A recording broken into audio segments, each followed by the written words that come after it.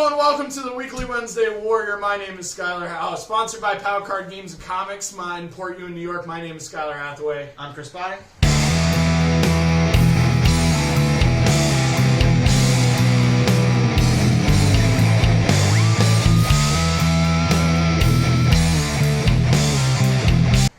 Thank you for coming to our weekly show. We do this every week. Also, in addition to that, soon to be posted, if not already posted, is our March 2003 20th anniversary review of Shonen Jump issue 3. Watch that. All right, what do we got on the docket today, Chris? Today we're going to be talking about Avengers Forever 15, Little Monsters 11, and Batman One Bad Day, Ra's al Ghul. And we're going to be starting with Avengers Forever. All right, these are titles that, this is another week where I'm reading all these titles. Chris is not reading all of these titles, but he's reading them for my sake so that we can do this for the show. What that really accentuates is that the comic industry needs to kick out some better stuff. Because even with these titles, we really reached, huh? Yeah. We really reached to do this episode. If there was ever an episode that we could have, like a week we could have skipped, it was probably this week. Yeah, if you're looking in your own comic shop for the Ra's al Ghul issue, you won't find it this week. It's out next week. We're dipping into next week's pulls just because we're going to have, a lot of DC books next week, probably. Yeah. All good Tom Taylor stuff. Yeah, and other stuff. Or, and we only have 2 books from this week. Nothing DC put out really caught our eye. Jeff Johns has a Just Society book. Yeah. That's something that we're interested in, but yeah, that doesn't look too bad. So that'd be honorable mention would be that Justice Society book by Jeff Johns, Michael Janin on the art, I believe. Yes.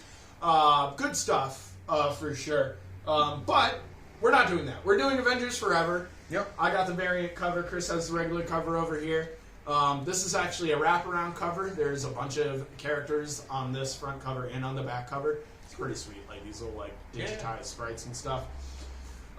So I'm going to summarize this one real quick. There is a giant Mephisto. The Avengers have to take him down. Did I miss anything? No. That is a one-line summary. How long does it usually take us to summarize these comics? A couple minutes, 1 or 2. Sometimes 10 to 20 minutes if it's like Batman or something. Yeah, and there's a little interplay going on. Nothing. That's it. Mephisto has become giant. He's become many Mephisto into one Mephisto. Yeah. And he is threatening the Avengers. He enacts his big plan. Everything's gonna die at the end of this issue. Yeah, they're at the World Forge, and at the World Forge there's some bad juice. They got the death juice. Yep. And he unleashes the death juice. And there's like a cheesy line in there where like Thor's like, "Don't touch it, you'll die," or something like that. Yeah. And I'm more interested in this death juice, but I'm not that interested into it. It is what it is. I'd say that the last issue was better. Did you have more fun with the last issue that we did, that we reviewed? Yeah. How about artistically? The last issue was Javier Garron. This issue's Aaron Kuder. Yeah, I like Aaron Kuder plenty, but it's not as dynamic. No. Yeah, Kuder's, he's got a really light pencil, huh? Yeah. Garron, I'd say, is more up the Jack Kirby area. He's got some heavy lines in there. But I love both of those guys, I think, mutually. I really like both Javier Garron as well as Aaron Kuder. I've met both of these guys. I have comics signed by both of these guys. Great people. I highly suggest you go up to them at conventions. Really nice people. People I'm happy to support, even if the book wasn't that great. So it opens with a double-page spread of the Galactus versus Ego Doom. Probably the best 2 pages in the whole book. Really beautiful stuff. I'm going to pull that up over here because I don't know how many pages I'm really going to be pulling up of this. Aside from that, to mention the other people on the book, we got Jason Aaron still on script, Aaron Kuder doing art, he's Mark Farmer, I think, doing inks, and Frank Martin doing colors. One of the other cool things in the book was there was a Celestial Deathlock versus the Great Mephisto. At some point during the Avengers run, Deathlock, being a man who is capable of syncing up with other machines and stuff, inserts his consciousness to talk to Avengers Tower, which is a dead monolith of a Celestial. Yeah. And so I guess over the course of Avengers, Deathlock dies. But I guess his consciousness had been uploaded into Avengers Mountain and then becomes sentient within that Celestial. Yeah. Pretty cool moment, but it falls short a little bit, right? Yeah. Because of all of the sweet, crazy stuff that's already been happening in the comic book. One thing we talked about last time we covered Avengers Forever is the changing narrator, and this issue was narrated by a Celestial Deathlock. Was it? I think so. I don't know. Because, again, just like the last I issue... think he has a couple lines where he's like, "This was I'm the last of us. I'm the last Deathlock in the multiverse, Yeah. but I'm also Celestial." So it might be a Deathlock. It was the same exact colors as the Cap narration. It was red and white again. Yeah. That really bothers me in this book. I don't know who's speaking, or it pulls me away from the book. What brings me back into the book is lines like, "I'll eat my own guts in the name of victory." Like, that was something Mephisto said that was pretty metal, as he was, like, literally eating his own guts and stuff. Yeah.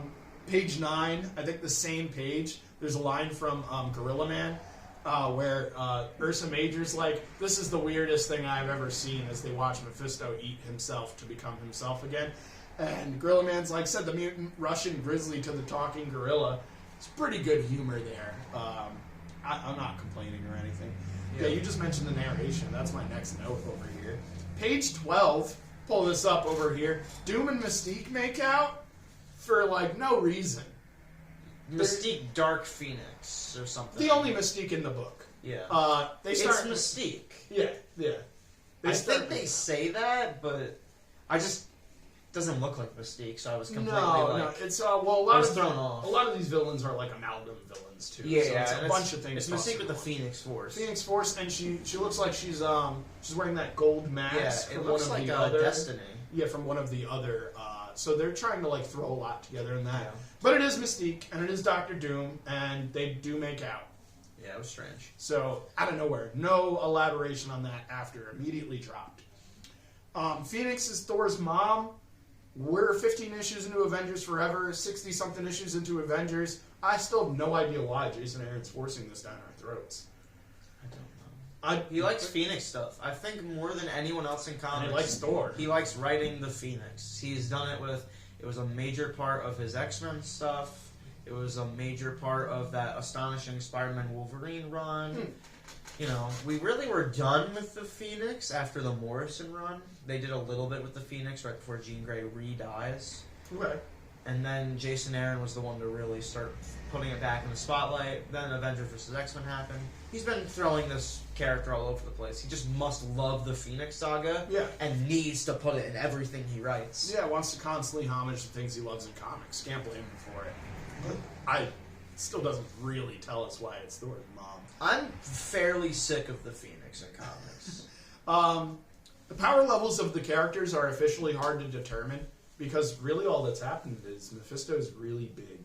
Yeah. Like, he hasn't gained an additional power. He hasn't become anything more than Mephisto. He's just the size of Galactus. I think, yeah, going off the power level thing, talking about the action in this book, I have no idea what anyone is accomplishing while they're fighting. One of the things I look for in action... To beat the Dooms and the Mephisto. Yeah, but I like when in action, I feel like the characters are moving towards a resolution rather than just stuff keeps happening that puts off us having a follow-through in the action. Yeah. And they're not doing anything. Like, I have no idea how this book is going to wrap up in one issue. The only way... I have no idea what they're trying to do, how they could beat these characters, and we're about to end the series. Yeah. Not just this story. He's ending his entire Avengers run, plus this story, which has no real conclusion, in one issue. I'm very... It's going to be an extra size issue, $10 probably. Oh, God. Oh, yeah. for sure. Oh, for sure. So he'll have time, I suppose.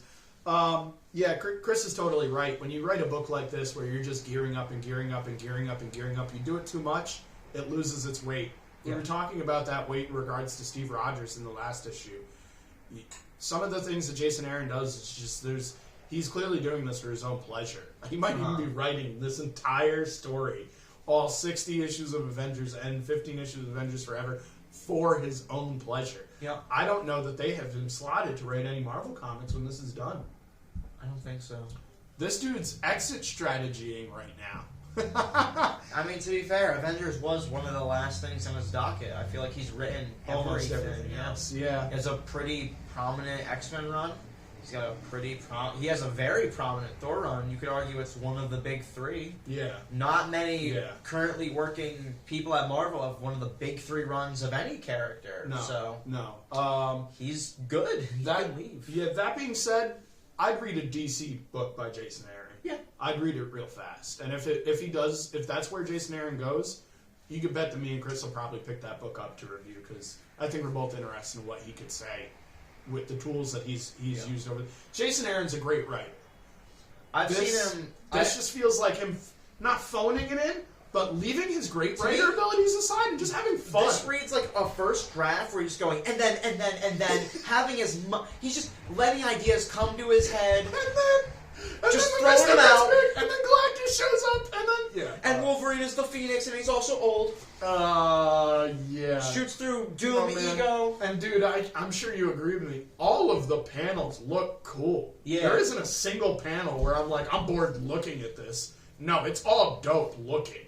Aaron Cooder and Aaron Cooder and Javier Garron are killing it in regards It's to so the art. visually interesting or confusing sometimes Yeah. that I'm focused right on the page. It even makes up for it a little bit. The only thing that I will give him some writer credits here is on the very cover, the regular cover, they've got Ghost Rider, the All Rider, and Starbrand, who are two characters in the course of Marvel history that don't shine. Yeah. 90s Ghost Rider that shines a little bit, but Ghost Rider fades into Moon Knight obscurity real quick.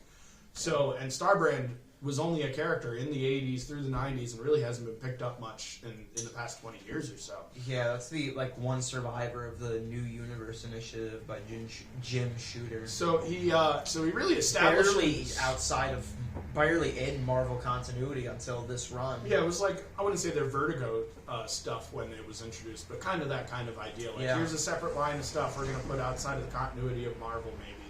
So Jason Aaron's sourcing from a lot of different things. Obviously, the things that he likes and the things that he wants to see. At least grew up with. And he has made Robbie Reyes a likable character in my eyes through this run. I really like Robbie Reyes as the Ghost Rider. I like him even more as the All Rider. I'm excited to see how this concludes, and I bet it has a lot to do with Starbrand and Ghost Rider at the end. Right. So that's pretty sweet. There's a line in here. It's silly. It's They talk about the breaking of the World Forge or whatever, and they say something along the lines of, it's not a wall, it's a dam! Before all the liquid juice comes to the death liquid. Yeah. Dams are walls. Dams are walls, Jason Aaron. That's not a distinction. Good job.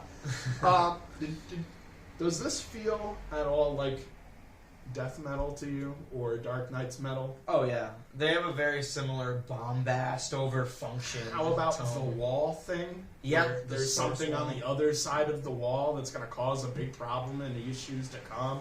Yeah, and the one very grinning villain that's driving the course of the book, or the Elseworlds versions of the various characters we have. I'm of the opinion officially with this episode that Jason Aaron is literally ripping Scott Snyder and has been for issues now, and I just haven't picked up on it. Yeah. It's almost copy and paste. It's like eerie, some of the beats and how similar they are. The only thing I'll give Jason Aaron to the Scott Snyder comparison, even though Death Metal came out way before Avengers Forever, his run in Avengers started about the same time as Scott's Justice League did, and we're doing very similar things. I feel like you were probably, at the time, as a Marvel and DC fan, they were kind of filling the same niche of a story. Yeah. So that's all I'll give him. He probably had this planned out from the start. I think it's just, there's probably some death metal because of how successful that event was. Yeah, that's what I'm thinking. But I do think a lot of this was planned from the start. And I will give him that. And I bet that Marvel had planned on doing more events out of this. Right. But I think Jason Aaron literally trolled them with Heroes Reborn. Because that is the only event book that came out of this. It was 7 issues separate from Avengers and Avengers Forever of the Squadron Supreme characters doing stuff relevant to Mephisto's will. It was basically an event book called Heroes Reborn, and it wasn't really bought by almost anybody even though one of the issues has a full issue by James Stocco that looks absolutely stunning. That was their event book. It didn't sell. So now, what I would call probably would have been their event book, this end of the run kind of thing, this Avengers Assemble story, they're not even bothering to... They haven't marketed this book at all. Yeah. If you flip through comics, Avengers or Avengers Forever are not ads. No, but they're getting ready for that Jed McKay Avengers book. They are very willing to throw this guy off at this point. Yeah, they're marketing the new Avengers book definitely more than they're... Not by a lot, but they are marketing it more than they've been marketing this Avengers book. The only people that are probably left reading Avengers right now are the people that have been reading it for 60 issues. Nobody's picking this book up off the wall that hasn't been reading it already. Except for Chris, because he's doing me a favor so that we can talk about it. You got anything to leave off on here, Chris? Nah. Moving on! Little Monsters, number 11, the second to last issue of this amazing book. As we went into this, before we started this, Chris had mentioned that he's actually confused. He was good. Last issue, Chris got the whole issue. This issue, Chris became a little confused with the issue. I think I was just missing... I think because I only read the recap issue, there are some things that I assumed about this world that weren't true. As this issue started, I thought this was a Holocaust book at first. Just with the German shepherds, the way the soldiers were guarding these kids. Okay, yeah. It gave me a very, we're in the past now. Which we were. And then... It starts in Berlin in 1961. One thing, there's a difference in how they're drawing these characters. They're no longer the black with white eyes. They look more human. So I was this whole issue thinking, this is before. And is it? Not the whole issue, but... Right, because there are parts where I see Romy drawing on the walls like she's doing in the future. They. Mm-hmm. Like they're doing in the future. Mm-hmm. Is that just something they're also doing in the past? Or is it something I'm missing? Because I was under the impression all the humans were dead. Mm-hmm. Are they? Okay, so I'm going to do the summary because it seems like it looks like I'm more positioned to do the summary this time around. This book is gearing to a close. The last issue was basically a summary issue to bring everybody up to speed on what's going on, more or less. And that's that there were some elder vampires that made some kid vampires, and the kid vampires will live forever if they sustain on nothing but animals and they don't drink human blood.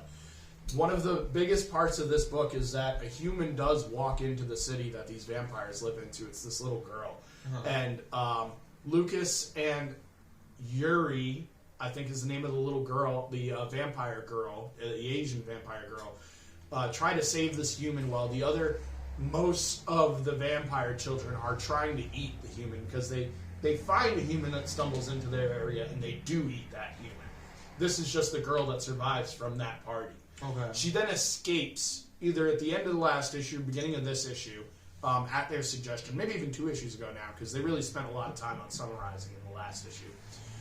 And the children that are now vicious are trying to eat this girl, and she's escaped, so they can't do so. So that's where we're at in this issue. Is we have 2 sides of the vampires. One that does not want to eat humans. One that needs to eat humans. They look like they're dying. Their art is being rendered as they are sleepy and tired and sick, whereas Lucas and Yuri are fine because they haven't bothered to eat any humans yet. The other thing we get introduced to is there is a dude, another human from wherever these humans are coming from, that has captured one of the little monster children. And he's going to use them as bait to draw the other little monsters out to kill them because can't be having vampires in this world. They're going to eat all of the human populace. Uh-huh. So that's pretty much where we're at. And Romy is the oldest of our little monster characters. And Romy has been around since a long time. I mean, he might be 700 years old or something like that. Okay. And he is the last surviving elder, basically. And so he's trying to guide these kids throughout their life to the best of their ability.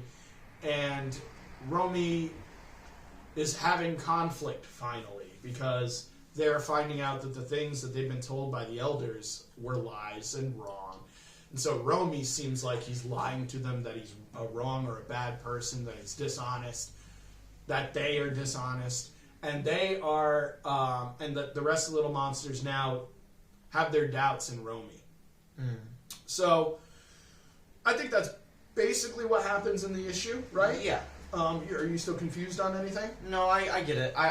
There's a line in the recap issue, which is mostly about Romy, where they say that they inherited the Earth. Yeah. And they're talking about their city. Yeah. And I took that to mean the humans had died out, and they were all that's left. And I think that's and the case. I don't even think we talked about that in the episode, because it seems like there are some people still around. Yeah. In fact, one of the humans, one of the main characters in this book, I completely missed that because the last issue was a Romy recap. Yeah. And you're Learning where the conflict comes from. And you're mostly right. I think most of the world has been destroyed by disasters, what we're led to believe. Holocaust type things, big bombs, stuff like that. So much so there's an entire city that's left to that. Yeah. That doesn't happen unless the population is very small. So you're definitely along the right page. A few humans stumbled into the wrong city way earlier in the continuity of this book. Gotcha. But again, how good was the art? It was fantastic. Dustin Nguyen. What I noticed about this is there's an assistant. Dustin Nguyen has an assistant, and it's listed in the title page. I can't think of what their name is, but he's not fully in control of the art. He's got, like, manga style, an assistant that's probably doing backgrounds and stuff of that nature. In addition to all the art is being done, the art that Romy's putting on the walls is being done by his kid. So technically he's got two assistants. It'd be funny if the assistant is just his kid. I don't think it's got a different last name. I'm sure. And then this year, who knows what that means. The other thing that Chris was confused about is the beginning of this book, they establish Lucas's origin story, basically. Okay. They do that to every character. That's a lot of how they've started out each issue. Is they will show the origin story of one of the little monsters, and then go into, using them and their personality, go into the story, you know? Okay. And you can see them doing that with this, because Lucas has a lot of specific moments in this story here. I really like the use of black, white, and grays, you know, showing some seriously depressing stuff, but also showing how grayed out and real reality can be up against, like, fiction, and also showing, like, that things are somewhat simplistic, you know? There's black, there's white, there's wrong, there's right, there's fiction, there's reality. You know, just by using grays and blacks and whites, you can show those basics without having to do a whole lot of extra. Yeah. Really, really creative use of art. Really creative uses of the zipatone. There's this quote I'm going to pull from here that I'm going to have to censor. Little effer, it. The human starts... So there's a character that they were protecting in the last couple books. The character escapes. Character runs into another human. That human has one of the little monsters on a leash with a football mask so that it can't jump out, eat anything, right? And the human, the man who runs into the girl who had escaped, explains that they need to use this monster as a way to bait out the other monsters. But the man starts to dehumanize the little monster and starts to call it a little effer and it, trying to show the girl, this is not a human. This is not supposed to have human rights. This is a monster. We need to get rid of it. But we already know by reading so many issues that this little girl doesn't look at these kids in the same light. Yeah. This is going to cause some conflict in the next issue for sure. Great use of shadows on page 21. I'm going to pull this page up there. There's a part of the story at the end, page 21, where Yuri is looking for some assurance in Lucas. And Lucas is probably one of the more stoic, quiet characters that can give you that assurance. And he assures Yuri, but he looks away and doesn't give eye contact when he does it, which goes to say that even Lucas isn't very confident this is going to pan out well for anybody. Right. This is a seriously dark book in a way, huh? Yeah. I love that all the kids have different origin stories too, and they're not trying to like dictate. A lot of the kids are really old. Like one of the little girl, fair skin, comes from England, and like during like when the rich people were treated extremely better than all of the poor people, and so she has a different background, and the black kid in the story also has a different background. I think is also from England during a different time period. Yep. Was dealing with racism in his background, and then the elders found him, turned him into a vampire. Some of the kids literally lost their parents. Their parents had died, and the elders found them, and then they turned them. Like Yuri, the parents had died in the bombing during World War II. Lucas literally watched his parents get shot in his escape from some level of military. It was 1961, so it couldn't have been Nazis anymore. Yeah. But that's the vibe that we were getting for sure. So I really appreciate all of the differences in the origin stories. I love the art. I love all the clothes that reflect the personalities of the characters and stuff. What's going to happen next, right? How does this story close out one issue? I don't know either. It's really subtle writing in a way. Like, a lot of this is really left up to the artist. Yeah. The artist does a lot of weight carrying here. But the subtle writing, really works. Both the artist, I'd say, is utilizing the writer, and the writer is utilizing the artist. I don't see that dynamic almost ever. It's always like the writer utilizing the artist to the best of their ability. Yeah. Never have, I can't say never. Very unoften do I see the artist basically using the way that the words are structured to influence the panel so much that the panel breathes more life into the words that were even put onto the page. Dustin Nguyen is a master of his craft. If we haven't said that already, it is abundantly clear. I'm looking forward to the next time this man gets to write a book that is even in my peripherals. I will check it. Yeah. You got anything to leave on here? No. I really like the cover, really like the art, great story. Yeah. Jeff Lemire's a great writer. Pick up his books. Moving right along to what I guess is the best book this week. Yeah. One Bad Day, Ra's al Ghul. I got the Jim Lee cover. Chris got the regular cover by Ivan Reyes. Both real good stuff. Both real strong poses, real strong art. Both got Ra's al Ghul and Batman on the cover. It's what you want when you pick up a cover like this. Oh, yeah. I got a decent amount of notes here. You want to take the summary? I summarized the other two. So. Yeah. We see the book opens with Ra's al Ghul during one of the times he leaves the Lazarus Pit. We establish kind of how he feels when he exits the Lazarus Pit. He more or less feels he's angry and he's incontent. Nostalgic with the world that he's been thrown into. And yeah, he's nostalgic for his past. Yeah, the time, even though there was times. The humans were they destroyed his whole world. There was all these there's this wildlife that's no longer around that he grew up around. Saves them. Yeah. And all this stuff that's no longer around that us humans he appreciated as a naturalist. Naturalist. An environmentalist. An environmentalist. Mm-hmm.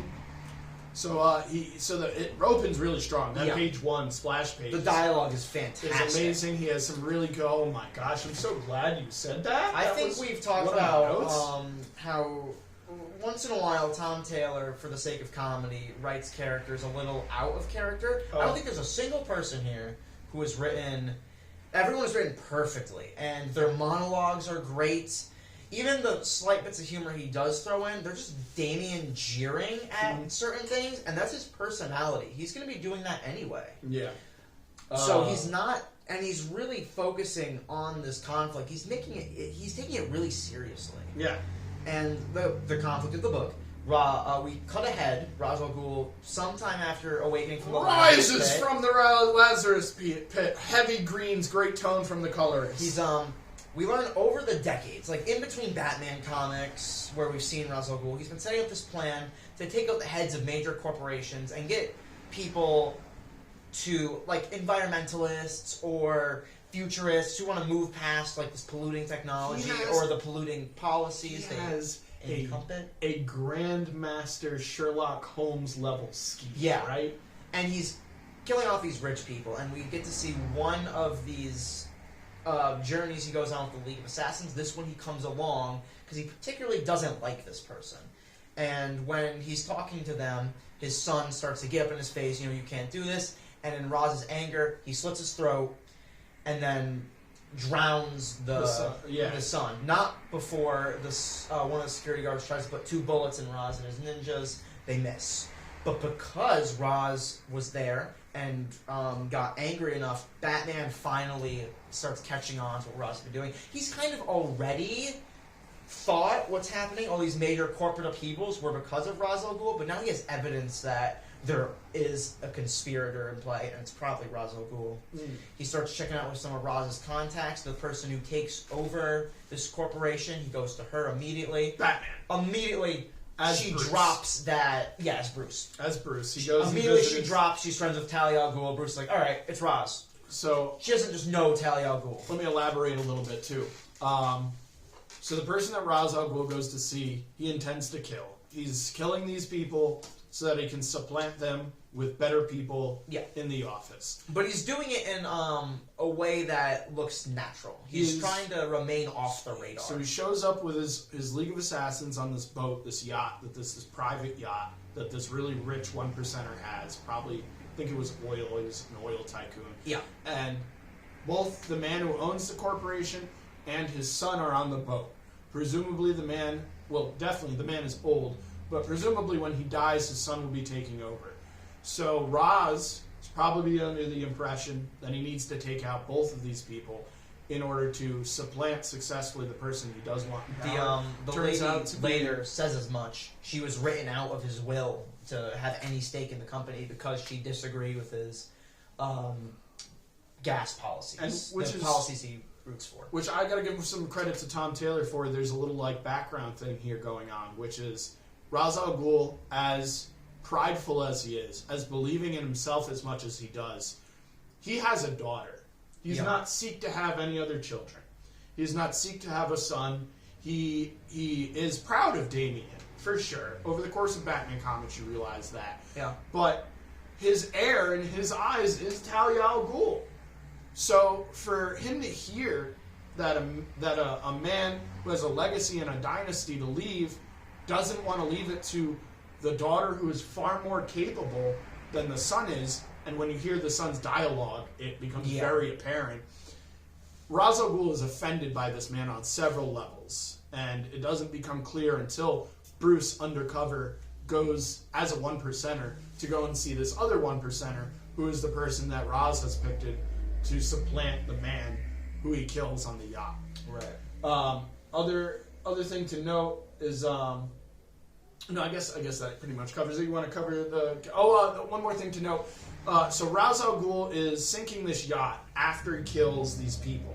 And he's sinking the yacht because he wants to cover up his tracks to the best of his ability. He definitely doesn't want the officials to pick up on it. The other line that he says, and I have this quoted somewhere here, he wants to make sure that he avoids anybody checking the... here it is. We can't risk raising the suspicions of the authority, or worse, ellipse, page flip, the detective. Big, it wasn't a splash page, but it was like a half splash I'm pulling up over here. Batman looks terrifying. He's not even doing anything that menacing. He's sitting at a computer. But he looks like he could beat the hell out of you. Like, it's super intimidating. If they've established Ra's as this big, muscly figure, like through this first 10 pages or so, they established Batman as just a big, just as muscly a figure, just as capable and intimidating. Ivan Reyes really kills it on the art in this book. He really kills it on the art. Loves his blacks, even though he has a more realistic style than I think a lot of people we've covered. Oh yeah, he's spotting blacks really well. Still a master of shadows in like a different way than we've said. Like Francavilla uses them or Eduardo Rizzo uses them. I'd even say it's more similar to what the way Eduardo Rizzo uses them. Yeah. Like Eduardo Rizzo will skip on uses shadow to inform realistic form rather than hide form, right? Or create a graphic image, right? And Ivan Reyes does a lot of that, but he mixes it seamlessly with what I would dictate as fairly normal comic book art. The guy's mastery of his craft is unbelievable. It really, I don't think that they could have gotten a better team on this book. No, I think that Tom Taylor has been coddled to write a character like Ra's al Ghul. Yeah. Tom Taylor in his books usually talks about things like environmental awareness and like the future and making sure that the future's in the right hands of the right people leading the things that are going forward. So much so that he has supplanted the Justice League with the Teen Titans in DC continuity. Yeah. How can you do that? And he didn't do anything but write a Nightwing book to do so. That's phenomenal stuff. And one thing I'll give, he doesn't entirely take Raz's side as someone who does care about the environment this way. I don't think Tom advocates for Raz's ascension. His actions, but I think there's some in his belief that it's moral to some extent. Yeah. But so he doesn't. He goes out of his way to make Raz a villain without having his actions be villainous. Yeah. So he doesn't take Raz's side. Batman isn't the villain in the story. He's still the hero. Yeah. He just paints him sympathetically, and that he has a just cause, which is how you write Ra's al Ghul. Yeah. I find it interesting that we didn't get a Batman appearance until about 20 issues into this book. So they spend a good amount of time on Ra's al Ghul and what is driving him is, like, where he comes from, what his background is. I can't say that we've done that a lot in comics over the course of time. Right. So we leave. So you left off on the summary. Bruce Wayne does all of his detective work. He finds out that Ra's al Ghul is up to something, specifically in regards to taking down a bunch of one-percenters to supplant them. Yeah. While he's looking into this, Ra's kidnaps Damian to lure Batman to his compound. Distract him. Doesn't want him doing any more focusing on the task at hand. Leads him to the League of Shadows base. And how does Batman get there, Chris? Bat summary? The Bat Sub! Yeah. Okay, here is where Tom Taylor is very vocal. Tom does this kind of stuff all the time, and if you read enough Tom Taylor writing, you can sense it. Yeah. The 3 notes that I had was like environmental betterment, Damian is Batman, and the Bat Sub. These are all Tom Taylor tropes, I'd say. Okay, Tom, we see you. Pretty good. Those are fairly subliminal. You've been more obvious. We appreciate that. Yeah. You're keeping this pretty toned, pretty well themed. Very good job, but I see you. In any case, so Ra's filled with righteous anger at Batman. He gets Batman in a situation where he can't fight him yet. He has Damian. He's going to kill him if he doesn't listen to him. He has Batman held down. Runs him through with a sword. Kills Batman. Gets him out of the way. And then it looks like Damian is thinking about picking up the mantle. He kind of wants to do it. But on the side, we find out Ra's doesn't really want to kill Batman. He's taking him off the table with death, but he has these Lazarus pits. He fully intends to bring Batman back. But we get about a page or two where we're not sure of that yet. And this is also one bad day. So we're also under the impression that you could do anything. The people that are writing these books can do whatever they want in these books. So when Batman dies, and then they deliver us a page of, and I'm going to pull this page up because it was great, emotional beats. Batman is dying, and his last wish, his last thing, is to make Damian promise that Damian will never kill, ever. Yeah. Ever, as Batman or as anything else, and Damian promises, and then Bruce croaks right there. And then we have a page or two of Ra's doing Ra's stuff for a while. Yeah, he fully enacts his plan. I think when Batman wakes up, Ra's has finished what he wanted to. Yeah, for sure. So he rises now that he lets Batman beat him. Saying he lets him beat him is a little of a stretch of what happens, but he fights him and Batman beats him. But more he's humoring his crime-fighting element. He's not using his intelligence or anything to force Batman into a corner where he can just beat him. He has a fair fight with Batman, which Batman wins. He's going to take Ra's al Ghul into the authorities, even though it might ruin Raz's plan. By revealing that he has supplanted all these people, it would probably remove them all from the positions of power, put right back in someone who will enact the same policies that Ra's has been trying to fight against this whole time. Mm-hmm. So he kills himself. He falls off this mountain. He jumps off. Crawls off. He's pretty incapacitated. Which, if we know anything about Ra's al Ghul, like if we thought that Bruce Wayne didn't die earlier in this comic, we know Ra's al Ghul doesn't die. So a little before we even tackle that completely, wanted to mention that we had said that Damian gets the cowl. It doesn't last very long. No. One of the things that Bruce does as he's dying and makes Damian promises, he literally hands him the cowl, and Ra's doesn't wince once or make a comment of that whatsoever. Ra's seems pretty okay with Damian taking the role of the detective. But Ra's knows he's going to bring Bruce back. Ra's knows that he's doing this just to get Bruce out of the way for a little while. He does so, and then he enacts his plan. And this plan is, I really can't state this enough, there's a bunch of Sherlock Holmes beats all through this story. Right. One of these beats is that Ra's al Ghul has enacted a plan that he could have only started way before Damien was born. Way before, like, Batman had any sense that this plan was even going to happen. Batman doesn't even really... Possibly before Batman was even alive. Batman doesn't even really pick up on this stuff until the third person is killed. So Yeah. it takes Batman a while even. So Ra's is well into his plan before Batman has any right to go and get involved into it. So you have to imagine Ra's saw it coming. Ra's knew Batman was going to show up. Ra's had the ace card and how to play it, knew exactly what to do. Ra's never intended on killing Batman. No. I'd say that Ra's has a huge respect for what Batman There's does. a lot of dialogue in here where he, almost as necessary, he feels Batman is as necessary as Batman thinks Batman is necessary. Yeah. He just doesn't agree that these people shouldn't die. Yeah, it's all about ways of enacting the things that they want to do. Batman and Ra's have really similar missions. They just don't have the same viewpoints, perspectives. And again, Tom Taylor really sells the heck out of that in this comic book. So the book ends more or less with Ra's. He's dead, but then he comes back. I think he even comes back in the epilogue. We do a reprieve of his monologue from the beginning about how when he wakes up he feels discontented. And he wakes up, he's no longer screaming as he gets out. You know, Talia tries to give him the same. There's a little spiel Talia does. You are Ra's al Ghul, the demon's head. He's like, I know. Yeah. This time he doesn't even humor. He's like, because he's happy.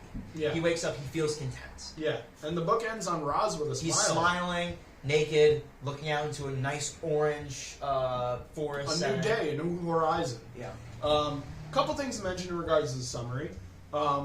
He in the beginning, it starts off strong splash page with a flashback of him telling like what his real background was as a boy and what influenced him and stuff like that. Right. And he's running away from a burning down village as a kid, 700 years ago, and presumably somewhere in the Middle East to Asia. Yeah. And he falls, is about to get killed by one of the people that are burning the place down, and he's saved by a very specific set of wolves. Whenever I see wolves in comics, or any media for that matter, it gives me two themes immediately. Family and transformation. Werewolves, you know, pretty typically known, and wolf packs, also something very important. And those are two really big themes in this book.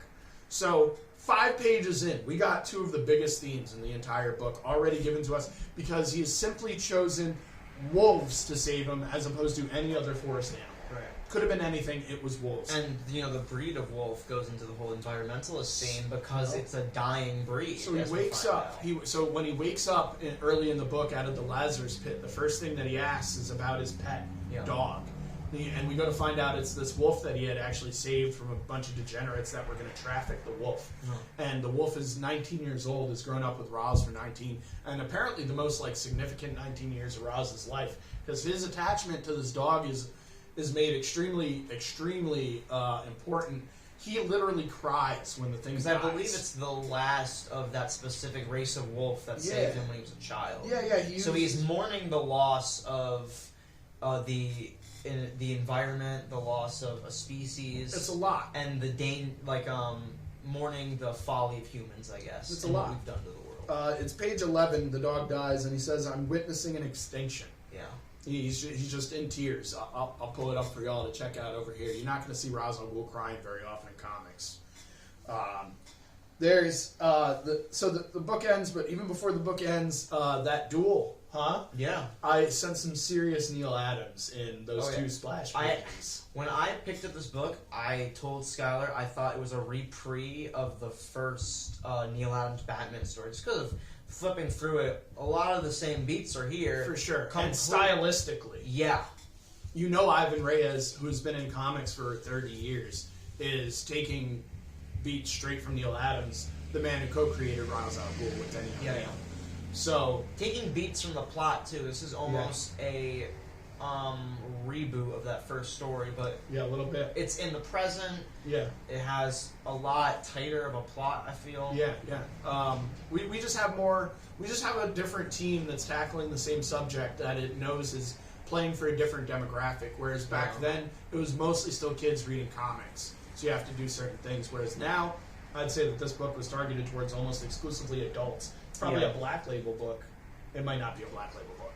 No, but I think it's one of the books that's like rated M instead of TV or not TV 14, like a teen plus. I think is their rating. They typically give comics now. So I love that double page spread. All of the splash pages in here are really good, like the page where Ra's al Ghul kills Batman. That's a whole splash page. In regards to, I'm going to continue this Sherlock Holmes beat. Do you know what Reichenbach Falls is? Yeah, that's where Moriarty and Holmes fall off in the final problem, I think it's called? A classic, absolutely classic, constantly homaged part of Sherlock Holmes history that is consistent in any medium of Sherlock Holmes, where that's the end of Sherlock Holmes. It's not. Yeah. But that's the end of Sherlock Holmes because Moriarty is Sherlock Holmes' arch nemesis. The same thing is happening here. Yeah. Batman has a few arch nemesis. It's hard to dictate if it's Joker, if it's Batman, or sorry, if it's Joker, if it's Ra's al Ghul. I'd like to say that his greatest enemy is the Joker, but his arch nemesis is Ra's al Ghul. I'd say, right? Yeah. His greatest villain is one thing. Ra's al Ghul isn't always a villain, so an arch nemesis makes more sense. And so, if this is his arch nemesis, this is his Moriarty. But what's funny to me is I'd say that the roles are shifted when they start doing the battle, similarly to the way that Moriarty and Sherlock Holmes do the battle at the Falls. I'd say that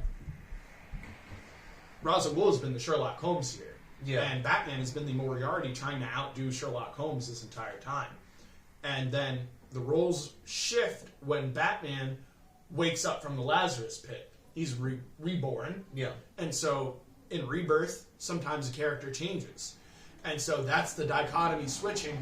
He's now in Ra's al Ghul's position in the beginning of the book, whereas Ra's al Ghul's been Sherlock Holmes the whole time. Now Batman is Sherlock Holmes out to face his arch nemesis, Moriarty. And he defeats Moriarty, but I'd say that both Batman and Ra's al Ghul have fallen in this book in one way or another. So Reichenbach Falls is very, very relevant to the plot of this book overall, because that's more or less what happens. Both of them fall. Batman fails at stopping Ra's al Ghul, and Ra's al Ghul literally falls off the cliff to commit suicide, but he is re-risen by Talia al Ghul not 2 pages later or whatever. I think the only note that I have left... 2 notes. One thing, Ra's al Ghul probably could have blackmailed all these 1%ers instead of killed them, right? 1%ers are, in comics specifically, or in media fiction, they tend to be doing some less than things. So if you have a lot of money, sometimes you get put into weird rackets. There probably could have been a lot of 1%er blackmail that would have happened by Ra's al Ghul. And if he's doing a Sherlock Holmes thing, that's still a grand master plan. I think Ra's al Ghul believes in vindication. They have to pay for their crimes. Gotta stay on theme. Even more than just blackmailing them.